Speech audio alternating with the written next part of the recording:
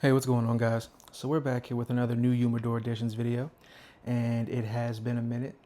I've been busy with just work, life, and I've also got some new recording equipment, which I hope will increase the quality for you guys. We have an awesome new Humidor Editions video for you guys today, one that I am very excited to show you guys. Without further ado, let's go ahead and get into it. So first, we have the Arturo Fuente Eye of the Bull. Now, this particular cigar was not a cigar that I was looking for or hunting or trying to get. In fact, I passed on it quite a few times over the holiday season in favor of some other releases. So this particular cigar, I was noticing during the holidays, there were 20 count boxes all over the place. Pretty much all of the dedicated cigar shops around me had plenty of these. And I passed on these for lots of other releases that I was either looking for or just personally prefer. The main reason why I was passing on the Eye of the Bull and the main reason why I don't really hunt for these is because of the Vitola. So in particular, as you guys will see here in this little 5 count box, these are a nub style cigars. I believe the measurements for the Vitola are 3.5 by 52.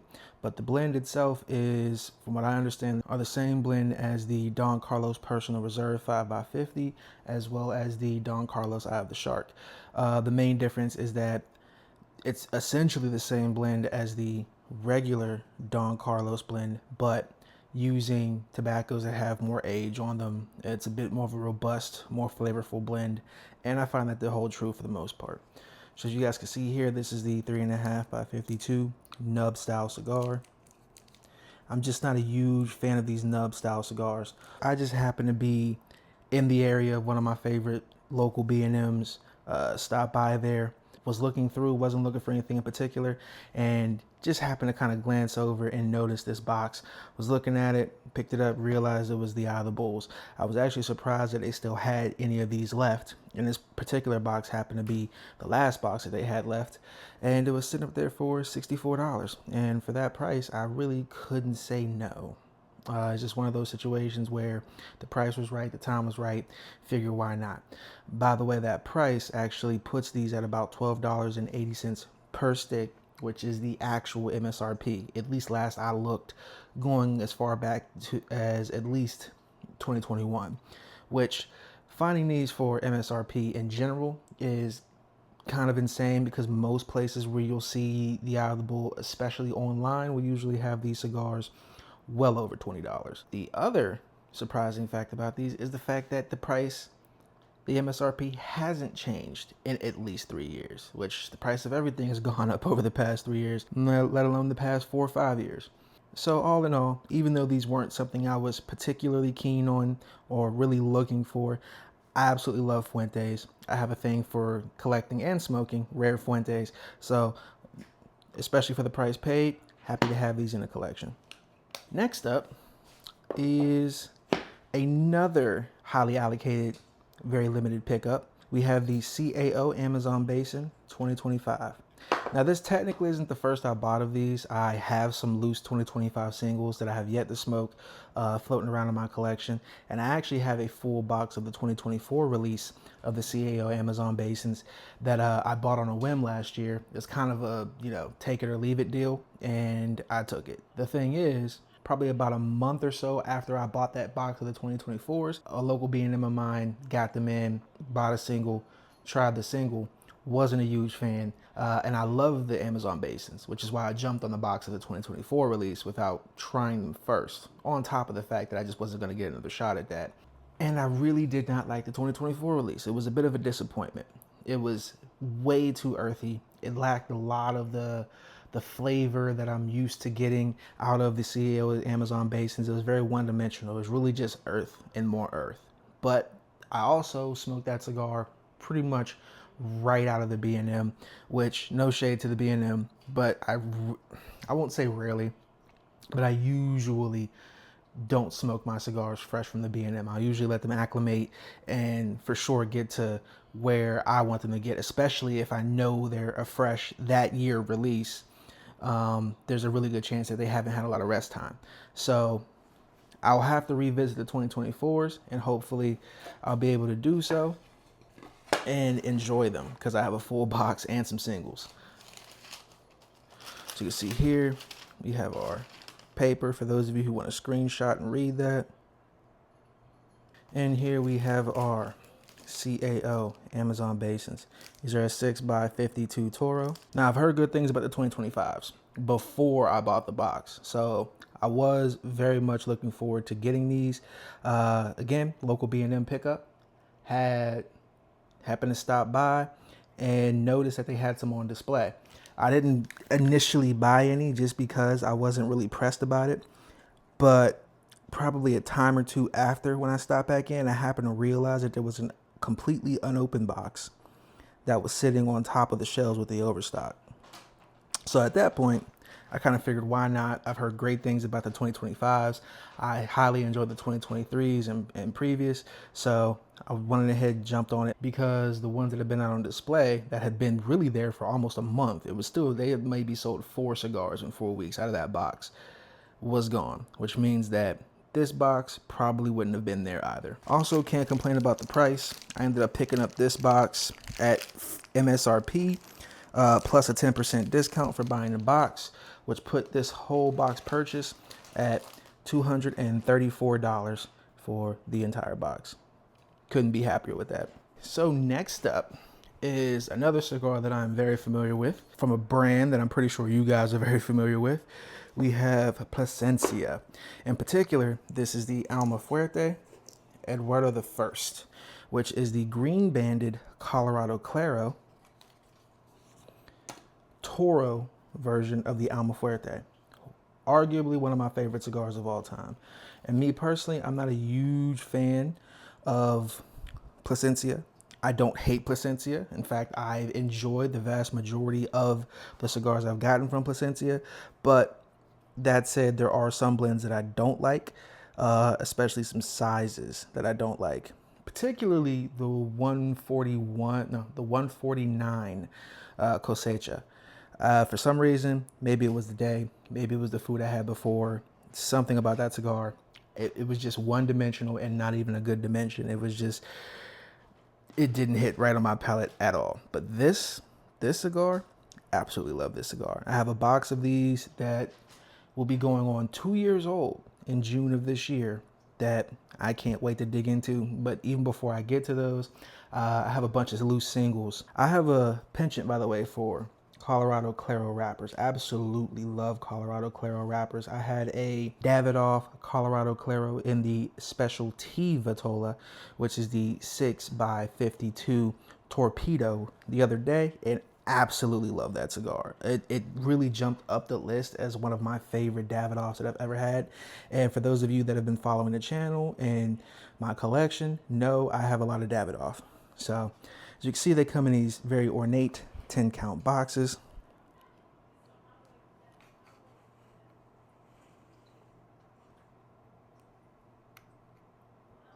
Very well done, very well presented. These are not cheap.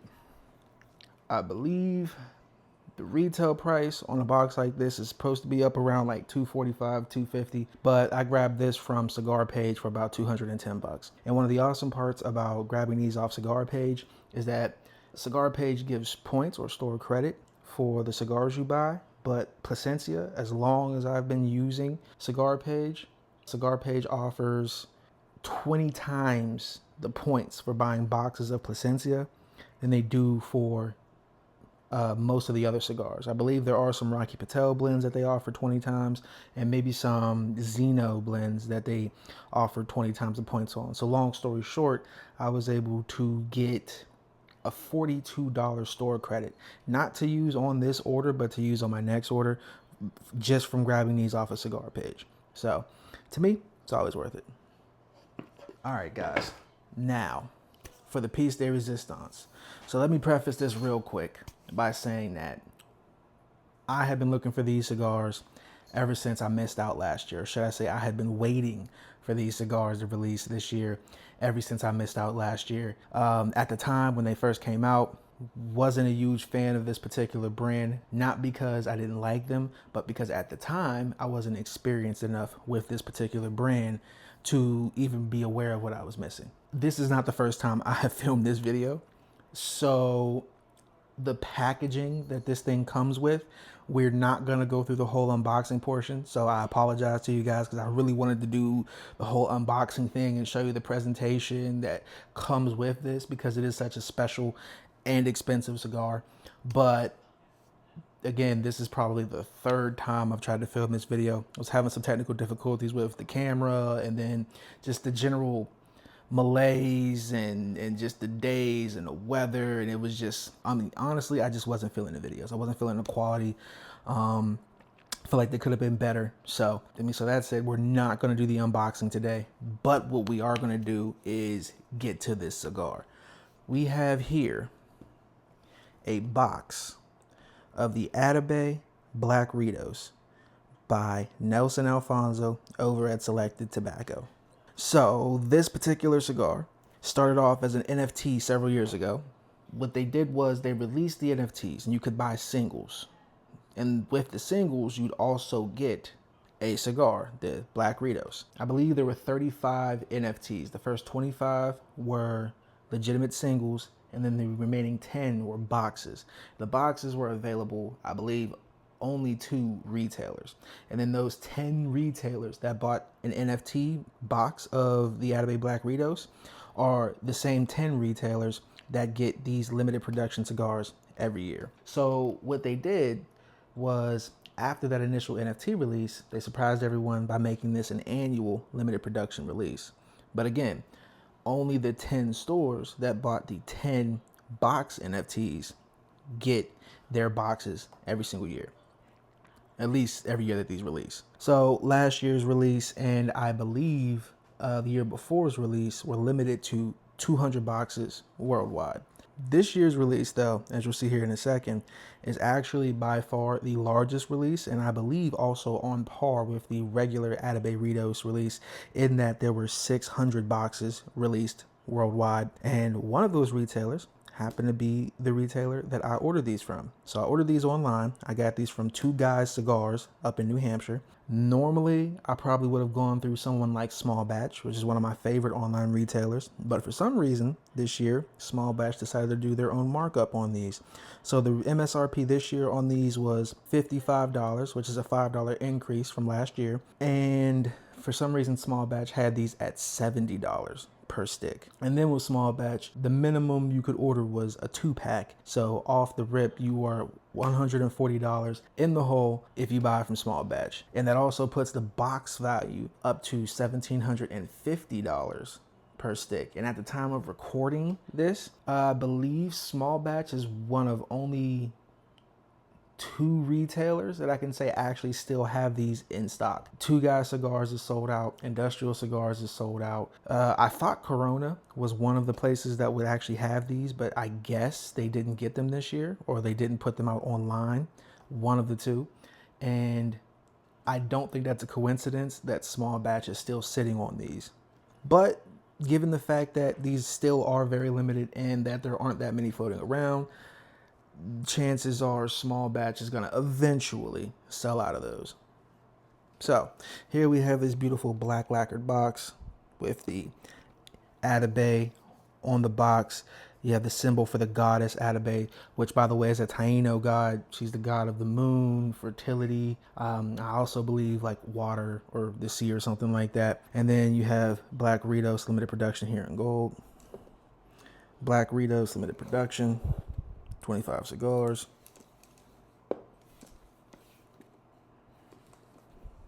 Selected Tobaccos on the bottom. Push button.